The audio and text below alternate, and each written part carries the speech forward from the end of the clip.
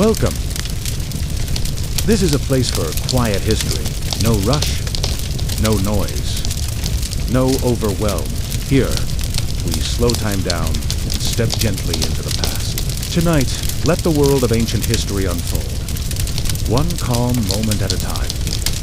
Relax, listen, and let history carry you into rest. Hey, everyone!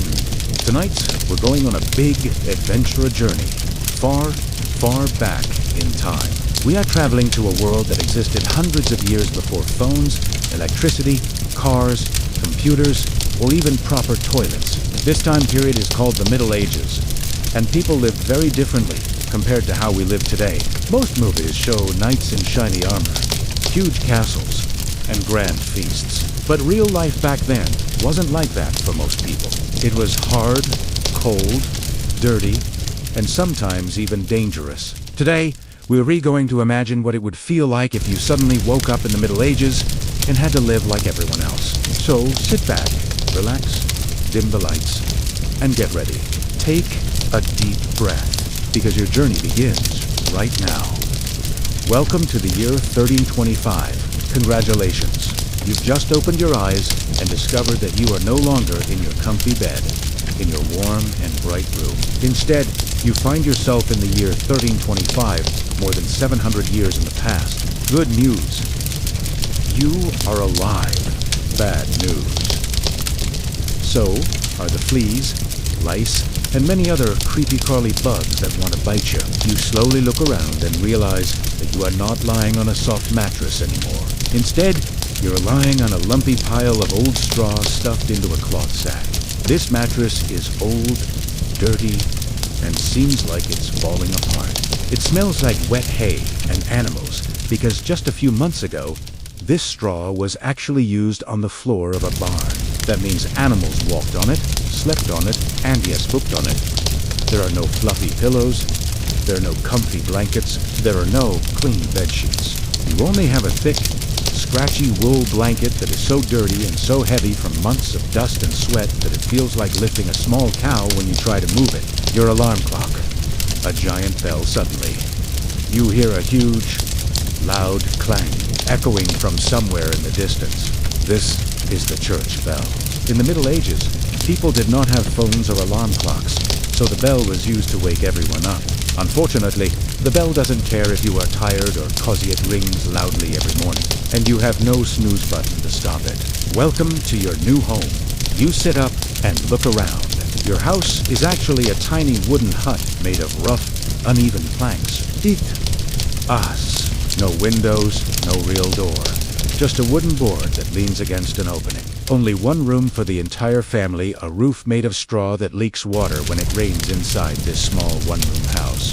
You see your entire family sleeping beside your parents, your siblings, maybe a cousin who never left, and even a few farm animals.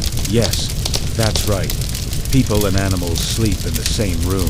You might see a goat chewing on something, a chicken walking around the floor, and several mice hiding in the corners. Bugs crawl on the walls. Spiders live in the ceiling.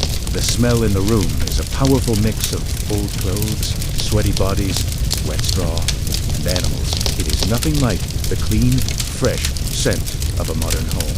There are no lights except a tiny oil lamp or a small fire pit. The fire gives warm light, but it also fills the room with smoke, making your eyes watery.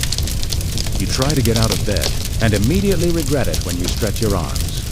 You feel how cold the room is. There is no heating system. The fire probably went out during the night, so the air feels like stepping into a freezer. Your joints ache, even though you are only 22 years old. In the Middle Ages, that is considered close to middle-aged, because people didn't live very long. Food was often scarce, sickness was common, and life was tough. You move your legs and step onto the floor. Bad idea. The dirt floor is either wet and muddy from rain dripping through the roof, or dry and crusty from something the chickens left behind. Either way, your bare feet get dirty immediately. No privacy. Everyone in the family wakes up together because everyone sleeps in the same room. There are no curtains, no walls, and certainly no personal space. If you want alone time, well, too bad. Privacy doesn't exist here. Even if you step outside, there are neighbors everywhere, animals running around, and more smells drifting through the air. And this is only the beginning of your medieval morning. Things are about to get much, much worse. It's bathroom time, and it's horrible now nature is calling. You need to go to the bathroom. But guess what? There is no toilet. None. Not even a simple one. There is no toilet seat, no flush, no sink, no toilet paper, no bathroom at all. If your family is poor, and most families were, your bathroom is simply a wooden bucket behind the hut. It is already half full and smells so bad you don't want to breathe. Someone in your family probably used it during the night. Now it's your turn. When the bucket gets too full, you throw everything into the street. Yes, the actual street, where everyone walks. In some places, people shout, "Look out below," before tossing the waste.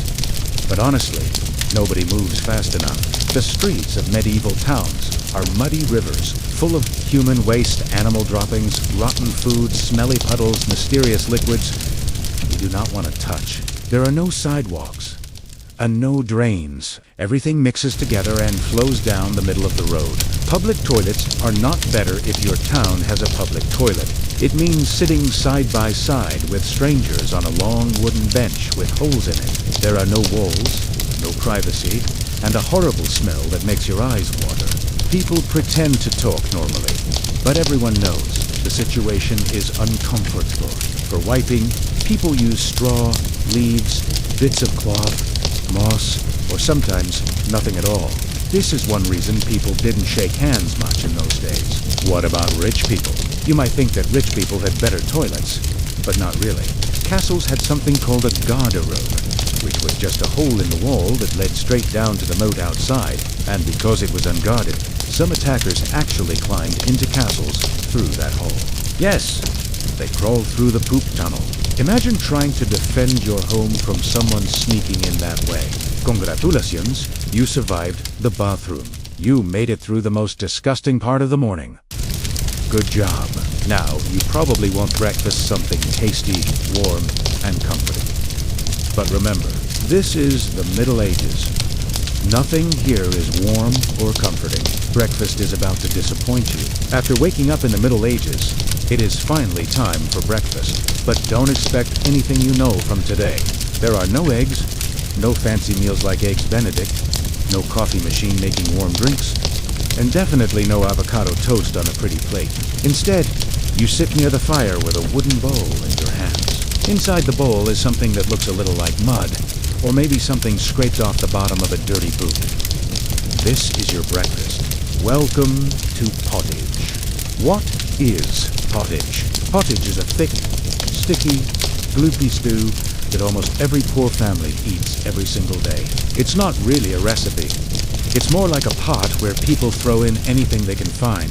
Grains, chopped up roots, vegetables, maybe a few beans, sometimes herbs, sometimes leftover pieces of old food. And here's the important and slightly gross part. The same pot is used for days or even weeks. Nobody empties it. Nobody washes it. People just keep adding new food on top of the old food. So pottage is basically a never-ending stew. It changes flavor every day because new ingredients mix with old ones that have been sitting there forever. Your bread is not much better. You get a piece of bread next to your pottage. But this is not soft, fluffy bread like you know today. This bread is so hard that you could probably use it as a shield in a sword fight. It's made from rough rye or barley flour. Sometimes the flour is mixed with ground acorns, sawdust, old grains, anything cheap. Why? Because weaponized flour we use for soft bread is only for rich people. You don't slice this bread. You fight with it. You chew it slowly and carefully so you don't break a tooth. Thirsty? Too bad. Here's your morning drink. In the morning, you might hope for orange juice, milk, or maybe warm tea. Nope. Everyone drinks beer, even children, but it's a very weak beer with very little alcohol. Why fire?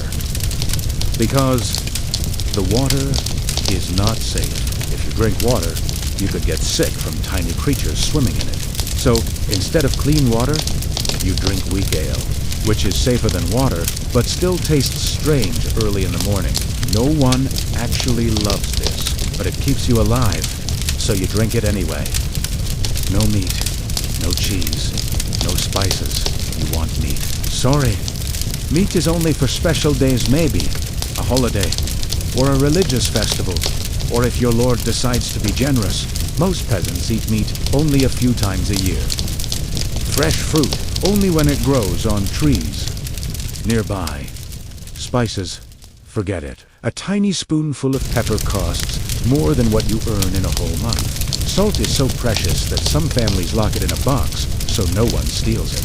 So you chew your hard bread. Try not to think about the rat that might have nibbled your bowl during the night, and sip your weak morning beer. Breakfast does not make you strong or excited. Breakfast simply happens to you, and you accept it. It's time to work now because if you don't work, you don't survive. Getting dressed, warning. It doesn't help after breakfast. You put on your clothes. But Kalin eat clothes is being generous. You have one outfit, not one outfit for winter, and another for summer. Just one outfit total. It's usually a rough wool tunic or a simple linen shirt. You wear it every single day, sometimes for years, until it falls apart or smells so bad even the goats move away from you. Underwear. Maybe. If you're lucky, most people don't have any. There are no washing machines, no laundry detergent, and no dry cleaners. If you want to wash your clothes, you must carry water from a river, boil it over a fire, scrub your clothes with ashes. Hope the sun comes out so they can dry. This takes hours of work, so most people simply don't wash their clothes. Your clothes smell old, sweaty, smoky, and sometimes like animals. They're stiff and itchy. Shoes, if you even have them. If you own shoes, they're made from rough leather and barely stitched together. They have no padding, no soft bottom, no arch support. They feel like walking on rocks. Most peasants don't have shoes at all. They walk barefoot through. Mud animal poop sharp stones. Puddles full of germs and diseases. Imagine stepping on something sharp first thing in the morning. It hurts, but no one cares. Everyone is used to it. Your skin is miserable too, since everything is dirty and you rarely can take a proper bath. Your body becomes a playground for bugs. Fleas, lice, bed bugs. Everyone has them, rich people, poor people, monks, kids. No one escapes. You itch all day. Your scalp hurts. Your arms and legs have little red bites. Some people develop rashes that stay for months. There are no doctors who specialize in skin. No creams, no medicine, so you scratch and scratch and scratch. Time to flash a smile just kidding now that you're dressed in your itchy, dirty clothes. You might think it's time to smile politely and start your day. Except, smiling is risky. Not because people will judge you, but because your teeth are in terrible condition.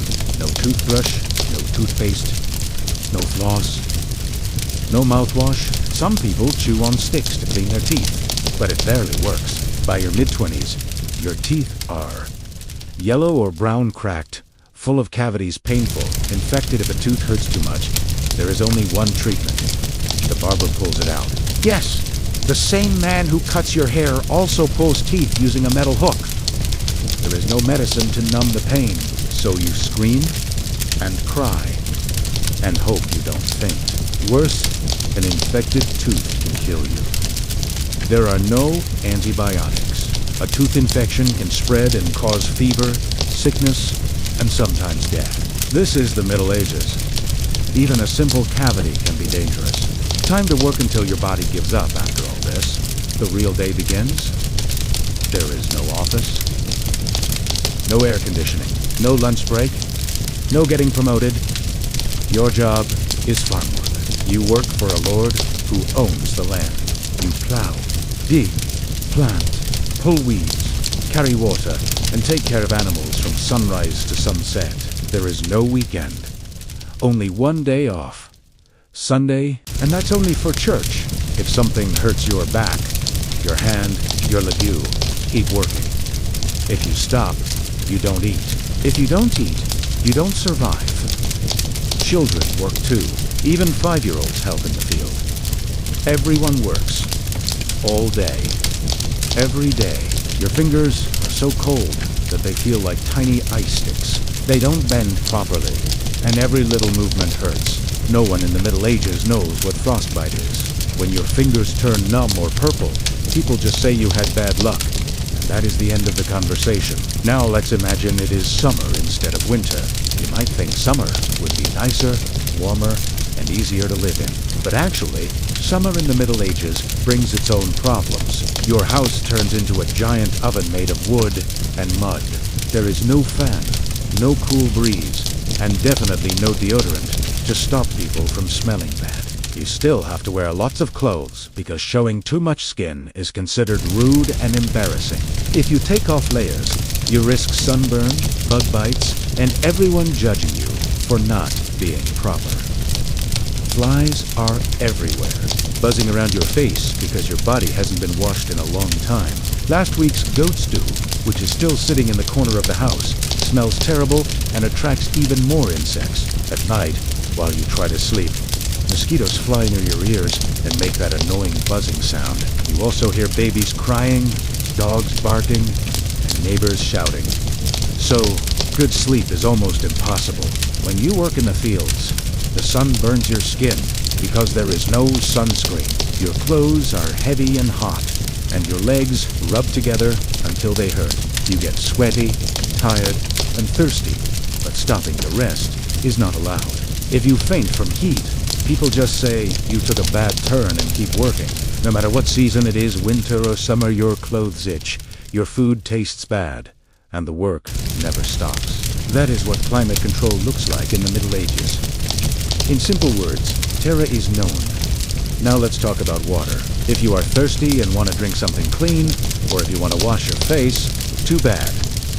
Water in medieval times is dangerous. It can make you very sick. The stream near your house looks nice and clean, but don't be fooled. Someone probably dumped a bucket of poop in it a few minutes ago, or maybe a dead animal is floating somewhere upstream. Tiny germs, bugs, and bacteria live in the water, and one drink can put them into your stomach. That is why people, even children, drink something called small beer. It has very little alcohol, but it is safer than water because boiling during brewing kills many germs. Rich people sometimes drink wine, but most peasants cannot afford it.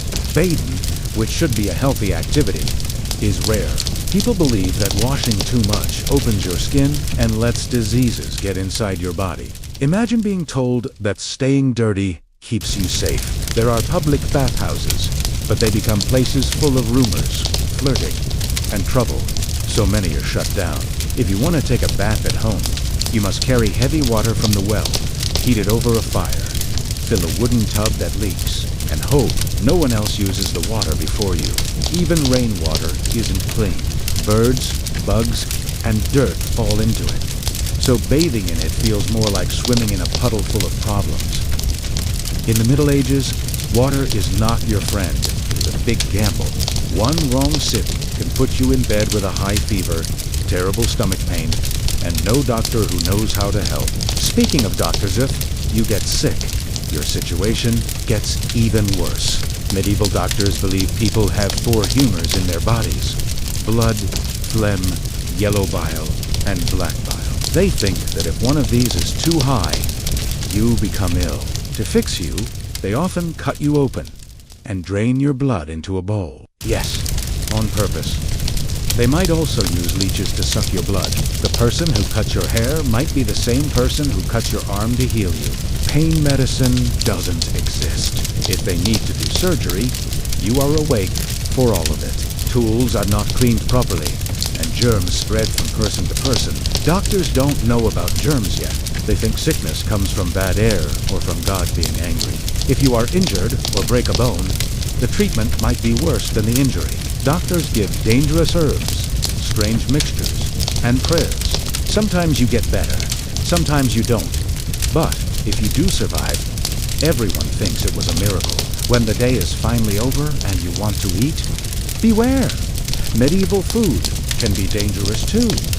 Without fridges, meat goes bad quickly. Bread might contain mold or poisonous fungus. Vegetables are plain, and turnips appear almost every day because they're cheap. Sugar is so expensive only rich people taste it. Cheese, butter, and milk spoil fast. But people eat them anyway because they have no choice. Spices are so valuable that only nobles can afford them. Your meals taste bland, dusty, and sometimes rotten. And if you try to catch a rabbit or deer for food, you could be punished because wild animals belong to the lord of the land, not the peasants. At night, you must attend church, pray, and follow all the religious rules. If you skip prayer or break a rule, people say you are sinful. The church controls almost every part of your life. Work, holidays, marriage, and even how you think. If you question the church's authority, you'll risk punishment. Life is even harder for women. Girls marry young, often at 12 or at Tracy, and have babies soon after. Many women die during childbirth. They work non-stop cooking, cleaning, farming, taking care of children, and have almost no rights. If a woman speaks too loudly, knows too much about herbs, or behaves differently, people might accuse her of witchcraft. Every day in the Middle Ages is a mix of danger, hard work, bad food, sickness, fear, and survival. And just when you think nothing else can go wrong, violence fights, battles, and danger can appear at any moment. The Middle Ages were not peaceful at all. People didn't walk around smiling or living happy fairy tale lives. Instead, danger was everywhere, and nobody ever felt completely safe. The idea of law and order didn't mean that people were protected. It meant you had to hope that the local lord, the man who ruled your area, wasn't in a bad mood. If he was angry, things could go very badly for you, even if you did nothing wrong.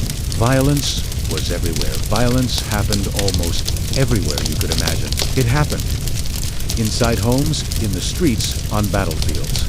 During arguments inside churches, even while people waited in line to use the village bread oven crime was very common, and punishments were extremely harsh. Justice wasn't really about truth or fairness. It was more like a show or performance, where people watched someone get hurt to teach how they own punishments were very harsh. If you stole something small, like a loaf of bread because you were hungry, you could lose a hand.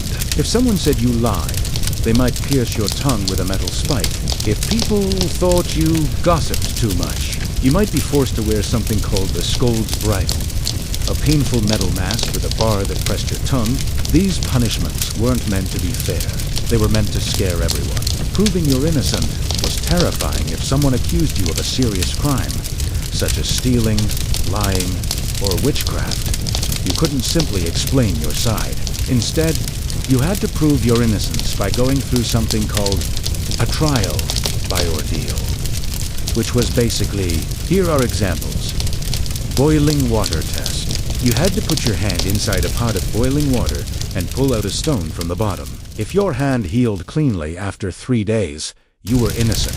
If it got infected, which happened almost always, you were guilty. Water test people threw you into a river. If you sank, you were innocent, but you might drown. If you floated, people said the water rejected you, so you were guilty. Either way, you didn't win. Executions were a public event.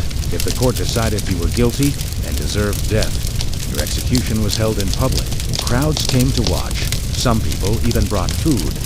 The way we bring snacks to a movie, people were hanged, beheaded, or burned, depending on the crime. It sounds shocking today, but back then, it was considered normal entertainment. Violence inside the home. Husbands were allowed, and even expected, to hit their wives and children. It wasn't considered a crime. People believed a man controlled his household through fear. Street violence was normal. Street fights happened all the time. A nobleman, a rich or powerful person could hurt you just because you looked at him or his horse the wrong way. Wars never stopped. There were always wars, little wars, big wars, arguments over land, fights between families, battles because of religion, or even wars started just because kings got bored. Someone was always marching off somewhere to attack someone else. Violence was part of everyday life. People in the Middle Ages didn't think violence meant something had gone wrong. Violence was their normal life. Everyone lived with a constant fear that life was fragile, justice was random, and your neighbor might hit you with a club just because he felt like it. So people walked carefully, kept their eyes down, and learned not to trust anyone carrying a weapon. Early and unfair death, surviving to the age of 40, was incredibly rare. If you lived that long, people called you the Old One, like you were a legend. Why did people die so young? There were many reasons.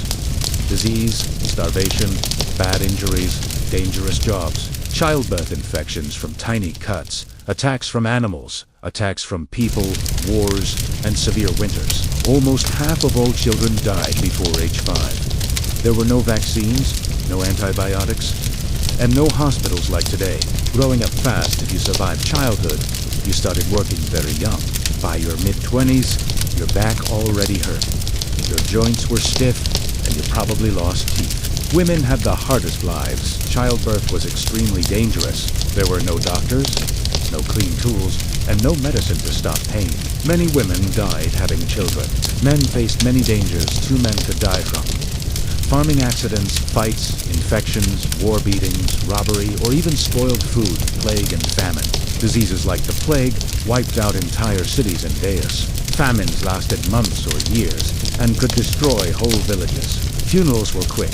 Dead bodies were buried fast to prevent more disease. There were no fancy coffins, just simple graves with a few prayers. Life was unfair and hard, but people still found joy. The Middle Ages weren't peaceful, safe, or simple.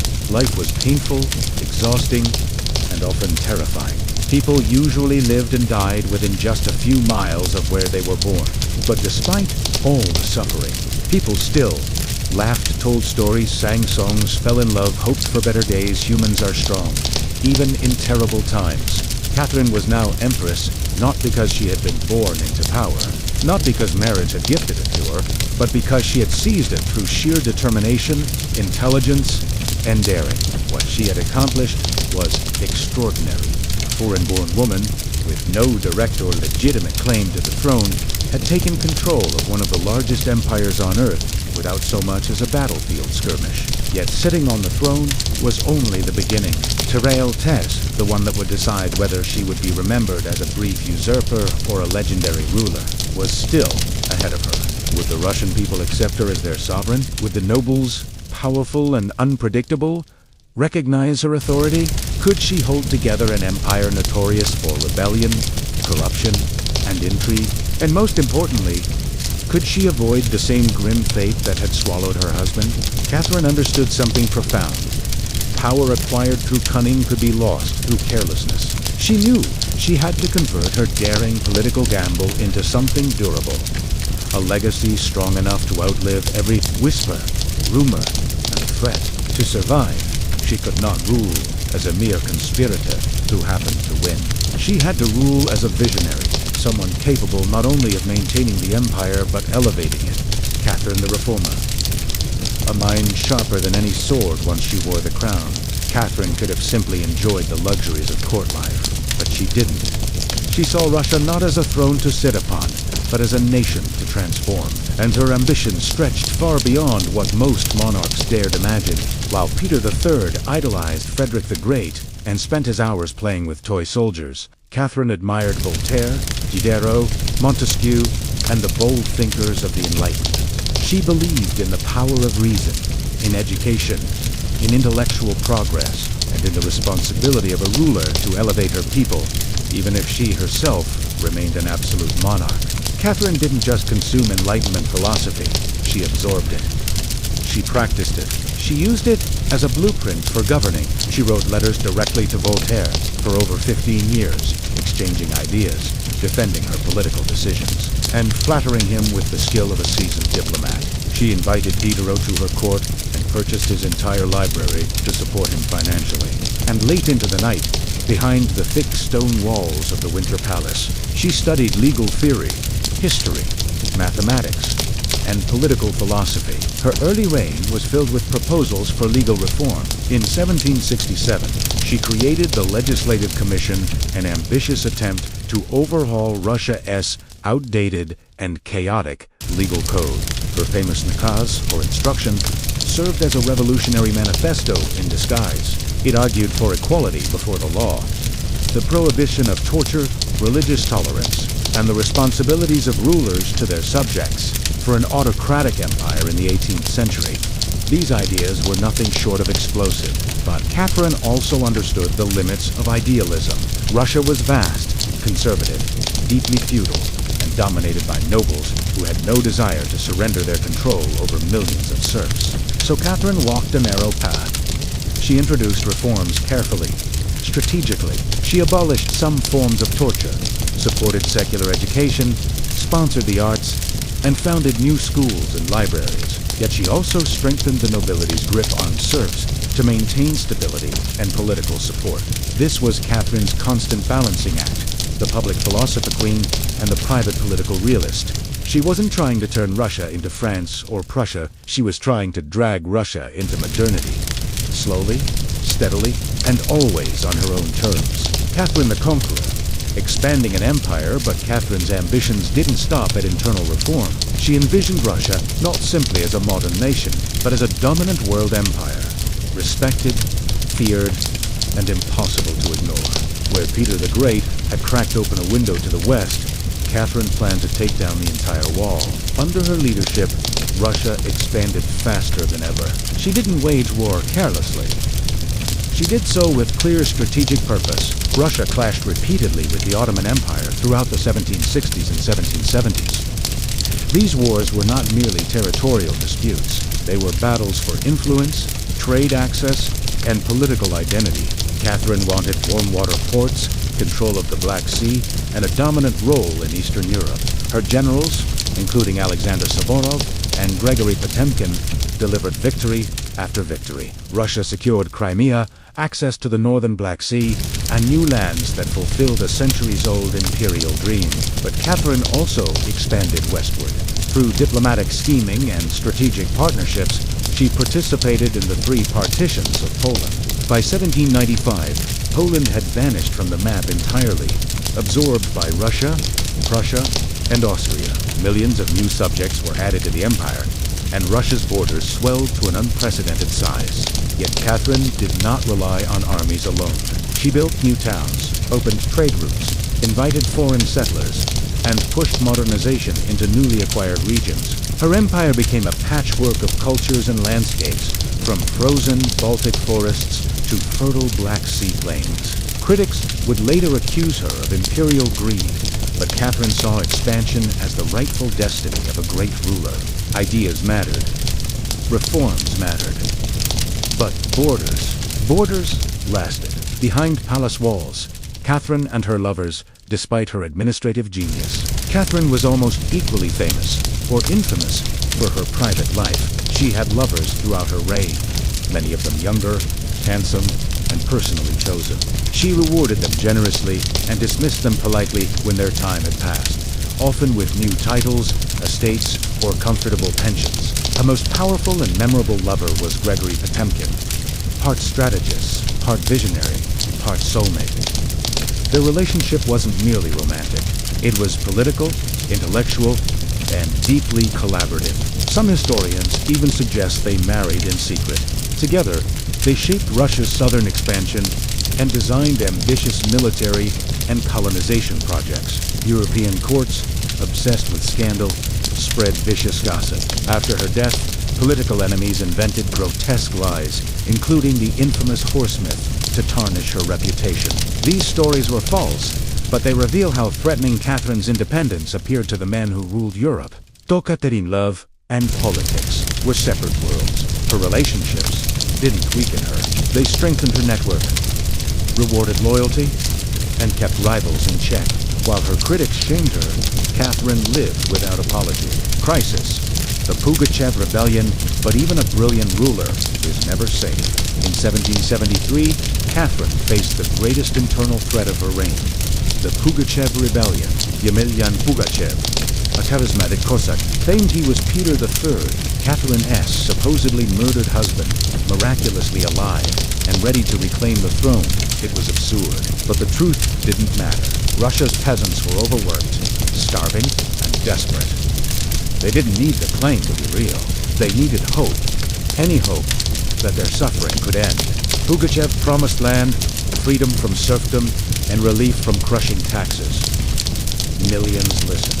The man began speaking powerful, angry words in the countryside. His message spread quickly across the rough lands near the Volga River. Many poor farmers and old-fashioned believers listened to him.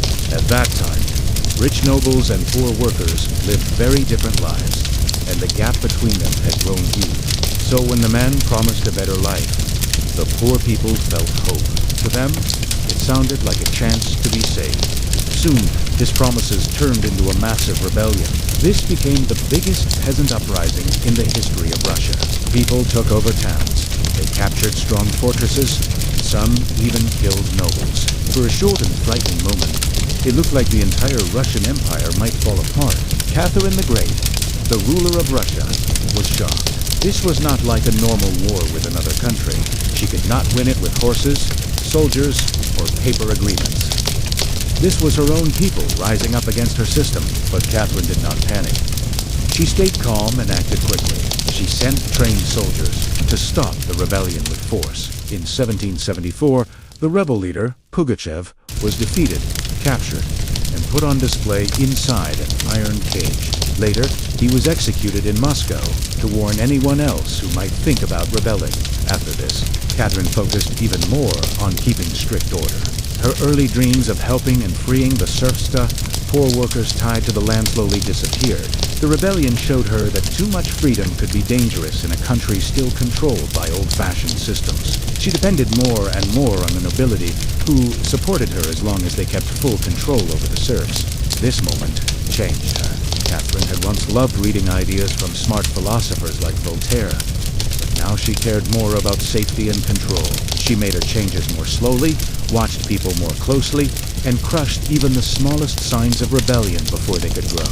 Pugachev lost his life, but he also left a lasting message. A government built on unfairness can only survive for so long before people rise up.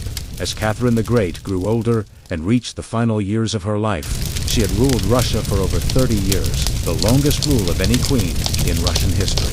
From the moment she took power by force, she surprised people again and again.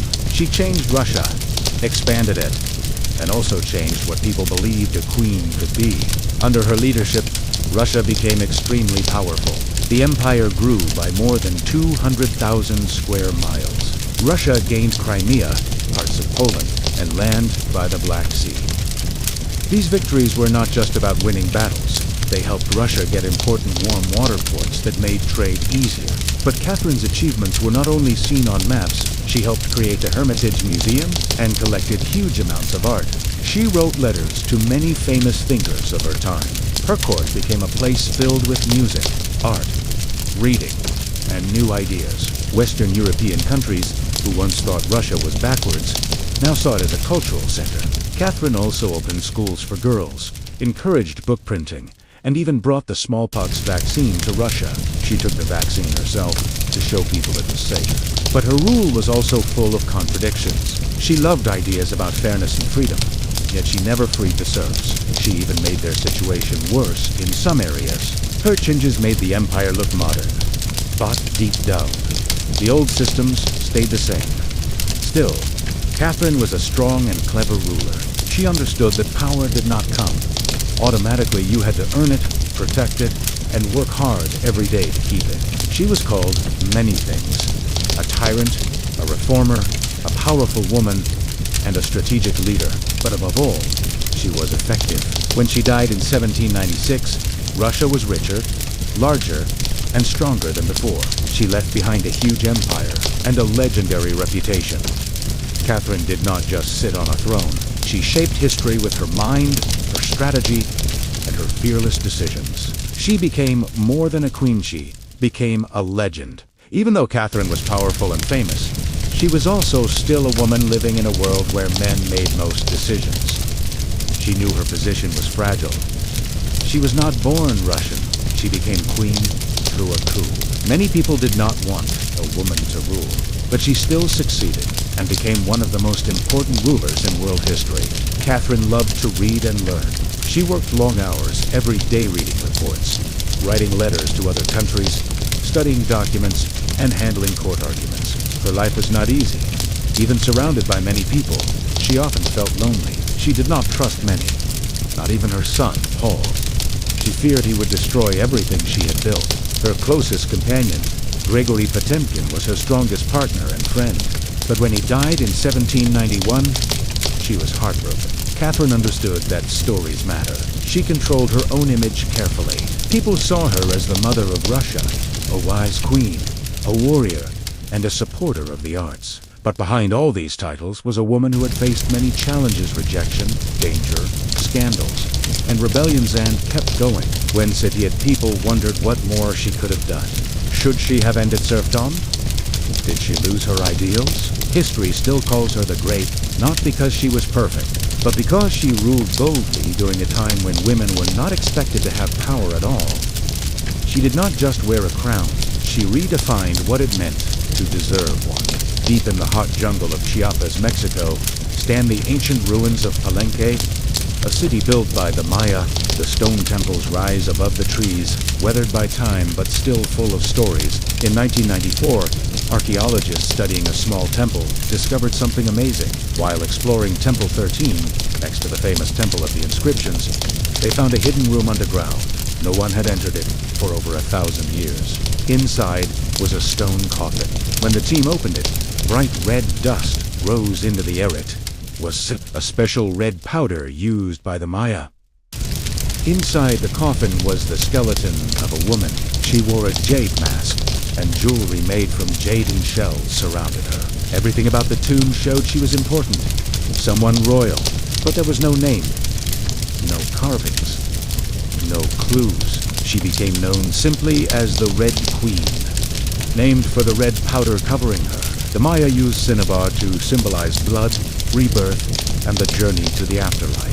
It was dangerous and poisonous, but they saw it as magical and powerful. Covering the Red Queen with it meant she was someone with great spiritual importance. Her burial also included many special objects: jade necklaces, bone needles, obsidian knives, and pottery vessels. These were not decorations. They were items she needed for her journey into the Maya afterlife. A place called Jade was precious and stood for eternal life. Her jade mask helped protect her soul. One big mystery remained. Who was she? Some experts believe the Red Queen was Sakkakak, the wife of King Pakal the Great. She was born noble, married into the royal family, and took part in important ceremonies. If anyone deserved such a beautiful and sacred burial, it was her. Supporting the theory of her identity was something deceptively simple: the location of her tomb. It rested only a few feet from Pakal's own magnificent burial within the Temple of the Inscriptions. Such closeness was anything but accidental. It suggested intention, eternal pairing. A king and the woman decided, united not only in life, but in death. And then there was the, cinnabar. Only 2 burials in Palenque were found covered so heavily in that sacred red powder: Pakal and the Red Queen. The chance of coincidence was small, but here the mystery only deepened. DNA tests were carried out on both sets of remains, an attempt to confirm what architecture and ritual strongly implied, yet the results were frustratingly inconclusive. The woman's bones revealed no direct maternal connection to Pakal. But this did not disprove a marital bond. Blood was not a requirement for royal marriage. Scholars debated fiercely. Some believed she might have been Sakkakak, Pakal's formidable mother who had ruled Palenque before he came of age. Others argued she could have been a high priestess, perhaps a sister, or even a royal ancestor whose name had simply been swallowed by time. Still, the evidence leaned most convincingly toward Sakbu Ajaquin by title, mother of kings and spiritual partner to Pakal. The absence of her name in the tomb might not have been a mistake.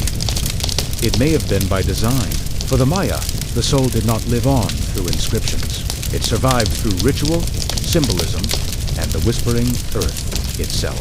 Thus the Red Queen remained suspended between legend and truth. A woman who ruled and was remembered not by carved stone, but by silence and scarlet. To understand her fully, we must step into the world she came from, one where Maya women, especially royal ones, wielded far more influence than history once admitted. Maya politics were deeply... Royal women were not merely decorative consorts. They were diplomats, priestesses, intermediaries between kingdoms and gods. Their bloodlines were political currency used to cement alliances, secure dynastic legitimacy, and bridge the realms of power. Take Kekok, for example, the mother of Pakal the Great. When Palenque's throne fell vacant, she did not passively wait for a male successor. She took power herself, ruling as queen regent until her son came of age. She issued decrees directed construction and maintained stability. Without her strength, Pakal might never have risen to greatness. And she was not alone. Across the Maya world from Yaxtlan to Naranjo, 2 Calakmal inscriptions reveal women performing major ceremonies, engaging in diplomatic warfare, and at times ruling outright. They appeared on stelae and elaborate headdresses, standing beside kings as equals. Or Abube, their names lived on in glyphs until later centuries eroded them from memory. By the time the Spanish arrived, much of this history had been overwritten through colonial assumption, painting Maya women as silent figures in a world ruled by men. Archaeology, however, tells a much different story, one of complex gendered authority and negotiated power. This wider context casts the Red Queen in a new, almost luminous light. She may not have ruled in name, but the richness and proximity of her burial suggests she was pivotal to royal order. Her jade mask was not simply ornamental, it declared identity and preserved power. Her lineage may have been the thread holding Palenque's dynasty together. For the Maya, a queen was not merely a spouse. She was a guardian of sacred blood, a ceremonial voice, and a bridge between gods and humanity. And so, though the Red Queen remains nameless, she was never without a voice. Her tomb, too, speaks. It was not simply a resting place, but an architectural expression of cosmology and ritual intent, discovered within temples, i.e. one of Palenque. As smaller pyramids, its location near the Temple of the Inscriptions was significant. Maya temples were positioned with cosmic precision, guided by myth, astrology, and dynastic order, while Temple the 13th was modest compared to its grand neighbor. It concealed something profoundly intimate, a sealed crypt untouched for over a millennium. The tomb lay deep within the temple's core, reachable only through a steep and narrow staircase. Descending into that space feels like a symbolic journey into the underworld. The chamber itself was stark-cut stone walls, tightly sealed, no murals or carvings. Silence dominated it. The emptiness was not void but intention. This was not a place for the living to interpret. It was a chamber for transformation. At its center sat a limestone sarcophagus, reminiscent of Peko's own monumental coffin. While Pakal's lid is carved with cosmic rebirth scenes, the Red Queen's tomb is quieter, its symbolism internal rather than displayed. Here the focus was on the body, the cinnabar, and the sacred process of death itself. Yet subtle cues remain the east-west alignment, mirroring the sun's cycle, a powerful architectural metaphor for the journey from life into death. To be buried in a temple was to be elevated beyond mere humanity. So the Red Queen's tomb was no afterthought. It was a shrine where stone, blood, and ritual intertwined to guide her into eternity. For the ancient Maya, death was a passagean entry into Xibalba, the fearsome underworld.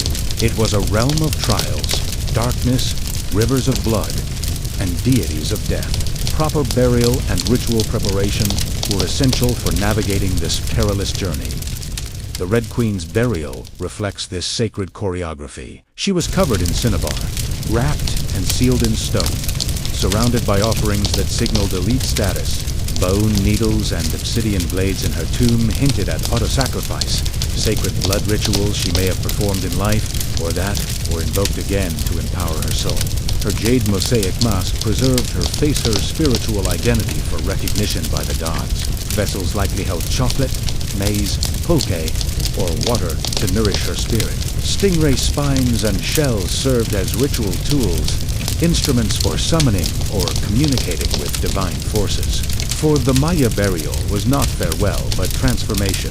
Death was a seed planted in the earth, destined to awaken in another form.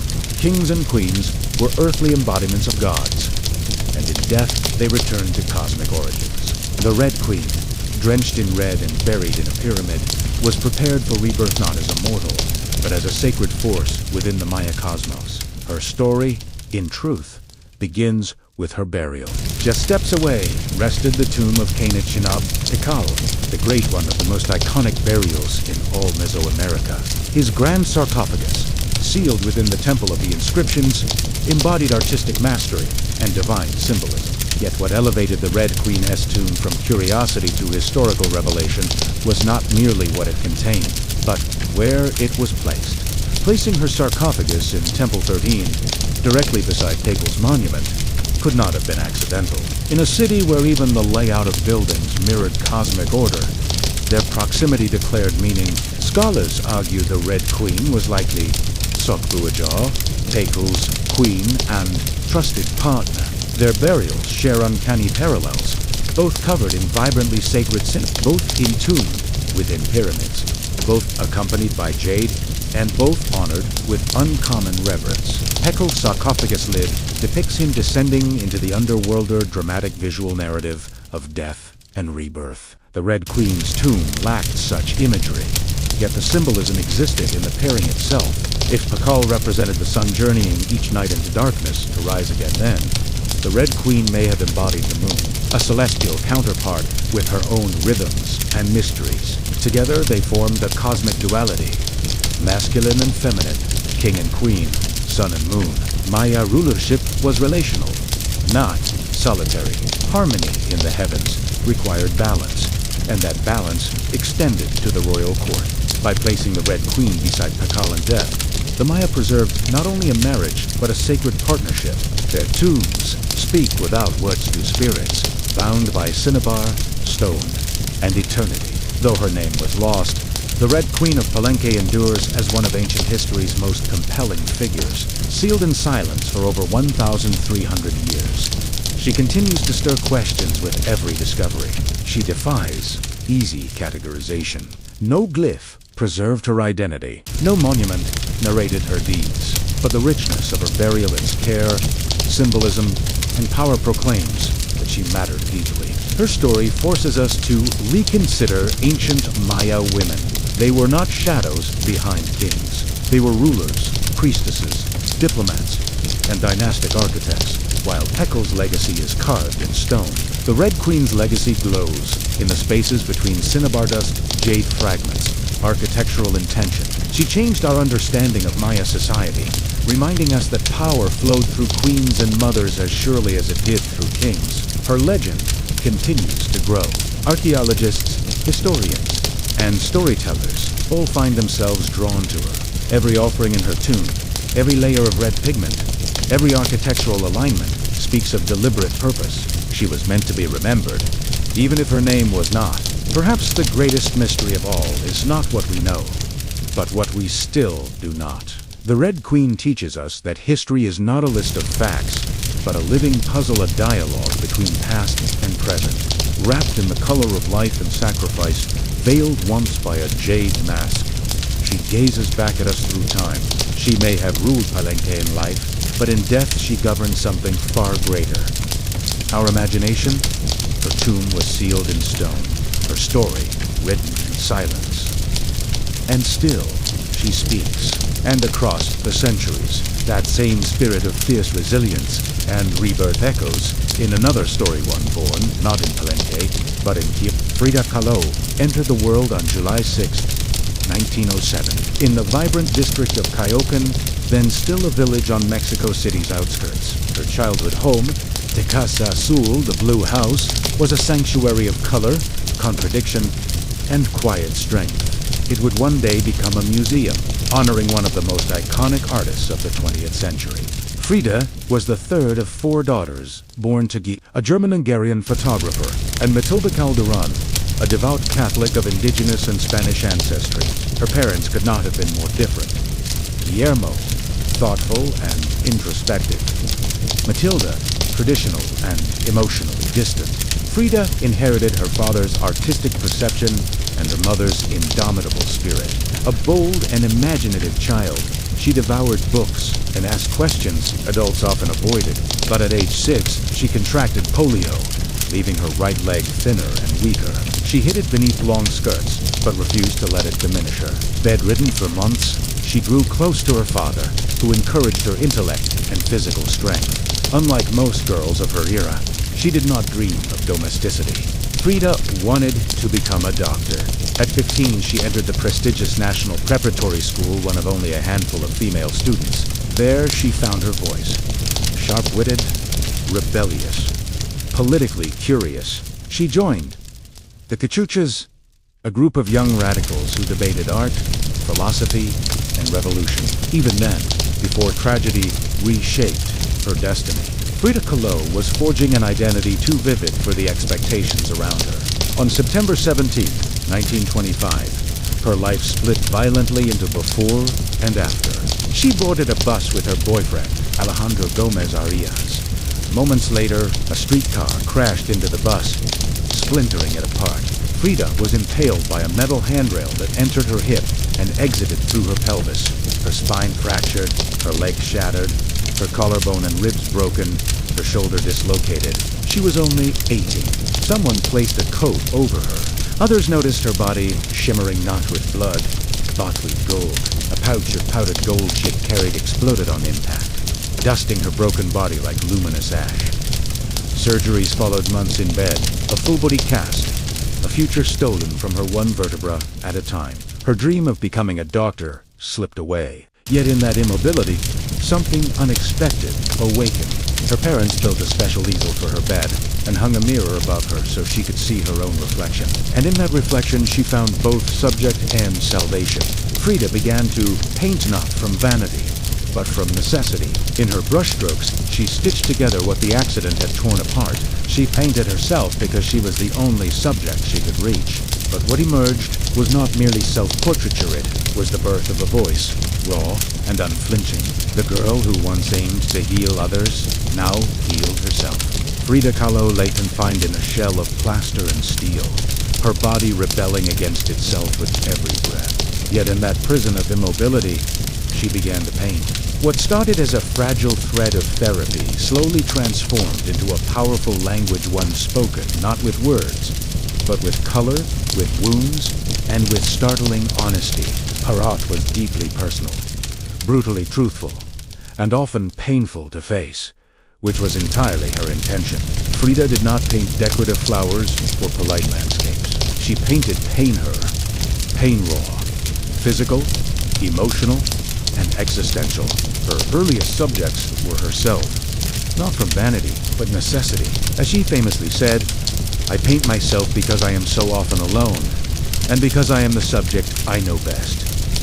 Her early works were small, painted on tin or wooden panels, echoing the Mexican retablos. She admired devotional folk paintings that told stories of miracles and suffering. Frida took that tradition and turned it inward. Her body became the story. Her emotions became the altar. She painted herself split open, pierced, bleeding. In one image, she appears impaled by nails like a secular martyr. In another, she stands in a desolate landscape, her torso held upright only by a cracked stone column, a metaphor for her wrecked spine. She painted herself weeping, fractured, even decapitated, yet never passive, always watching, always present. She did not sanitize pain. She rendered trauma with defiance, beauty, and even a sly sense of humor. Each painting reclaimed her body, her suffering, and her identity as a woman in a world eager to define her for her. But she wasn't merely telling her own story. She was inventing a new visual mythology. Her art blended Mexican folk traditions, surrealism, symbolism, and medical illustration into dreamlike dissections of her soul, intimate, visceral, unforgettable. By the time she was able to walk again, even if painfully, Frida was no longer the girl who dreamt of becoming a doctor. She had become an artist, one whose voice was unlike anything the world had seen. She transformed the worst moment of her life into the source of her artistic power. Frida did not just paint her suffering. She forced the world to witness it, and in doing so, turned pain into a sacred act of creation. In 1928, still recovering and only 21, she met the man who would shape her life in ways both luminous and devastating. Diego Rivera. He was already a legend.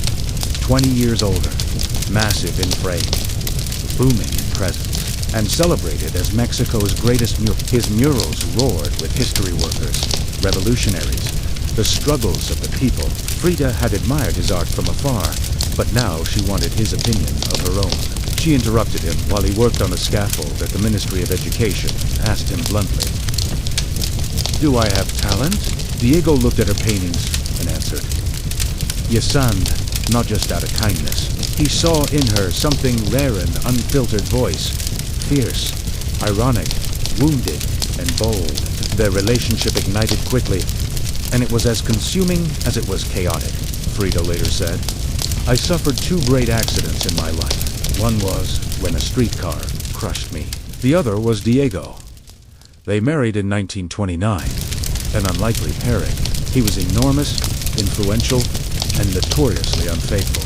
She was sharp-witted, fiercely independent, and already walking with a cane. Her parents called their union the marriage of an elephant and a dove. Their love was passionate but tumultuous. Diego encouraged her art, but his infidelity wounded her deeply, especially his affair with her own sister, Cristina. Heartbroken, Frida found lovers of her own men and women alike. Rumors swirled about her relationships with Leon Trotsky and George O'Keeffe. She and Diego divorced in 1939, only to remarry a year later under new terms. This time, Frida would keep her independence, her home, her money, her name.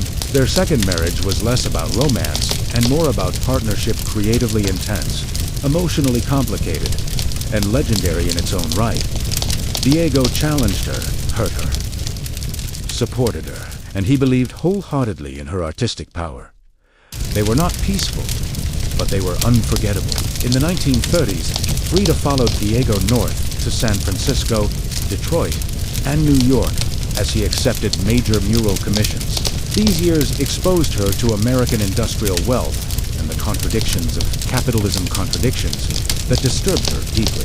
As a proud Mexican nationalist and committed communist, she wrote home, criticizing America's materialism and obsession with appearances. She longed for Mexico's color, grit, and truth. While Diego painted massive murals on factory walls, Frida painted smaller but emotionally explosive work self-portraits that captured her inner world with razor-sharp clarity. Her body was in constant pain, her surgeries relentless, and her miscarriage in Detroit left emotional scars that shook her to the core.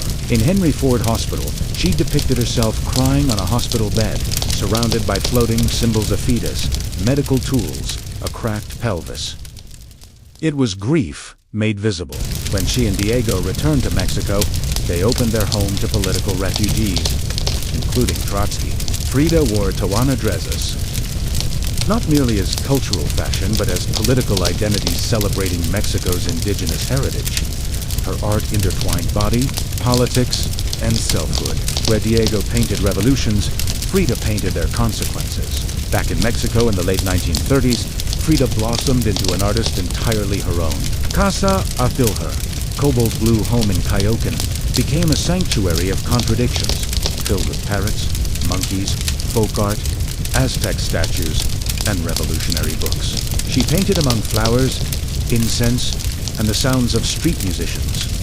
Her work grew more symbolic and complex. In the two Fridas, she revealed her divided heart, one wounded and bleeding, the other strong and rooted in indigenous identity. In 1939, she traveled to Paris for an exhibition. Picasso, Breton, and Kandinsky praised her originality, but even among surrealists, she stood apart. Breton tried to claim her as one of them.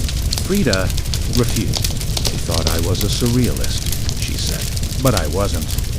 I never painted dreams. I painted my own reality.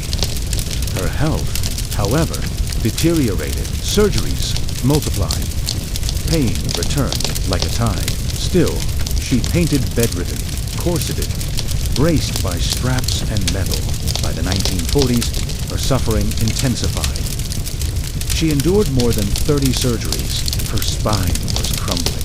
In the broken column, she painted herself split open, nails piercing her skin, yet her expression remained calm. Pain had become a companion, a muse. Her politics grew louder. Though ill, she marched with protesters, raised her fist from a wheelchair, and wrote fiery condemnations of imperialism. In 1953, she held her first solo exhibition in Mexico. Doctors forbade her from attending, so she arrived by ambulance, carried inside on a stretcher, and greeted guests from her bed rest in Tijuana Finery, drinking tequila, defiantly alive. Her final works were haunting, yet hopeful. In Marxism Will Give Health to the Sick, she painted herself cradled by Marx's hands, rejecting oppression. Her last painting, a still life of watermelons, carried the inscription, Viva la vida, long live life, on July 13, 1954, at age 47. Frida Kahlo died in Casa Azul. The official cause was a pulmonary embolism, though many believed she simply could no longer endure the pain. Days before, she had insisted on attending a political protest, frail but unyielding. Her final diary entry read, "I hope the exit is joyful and I hope never to return." Her funeral at the Palacio de Bellas Artes drew artists, revolutionaries, and mourners, draped in the red communist flag. She lay surrounded by those who loved her. Diego Rivera, Shatta, called her the greatest love of his life. After her death, her legacy grew. Feminists, queer communities, disabled artists, and cultural historians resurrected her voice. She became more than a painter, she became a symbol, a global icon of resistance, authenticity, and unapologetic identity. Her unibrow, her gaze, her flowers became emblems of truth. Today, her paintings, once dismissed as too strange, hang in the world's greatest museums. The two Fridas, self-portrait with thorn necklace, the broken column, they resonate with anyone who has ever suffered and sought meaning. Frida embraced contradiction. A communist draped in gold, a betrayed woman who loved fiercely, a broken body housing an unbreakable spirit. She never asked to be a symbol. She simply painted her truth, and in doing so, she gave countless others the courage to face their own. When we see her now, we see color, courage, fire. Frida Kahlo is not gone. She has become immortal.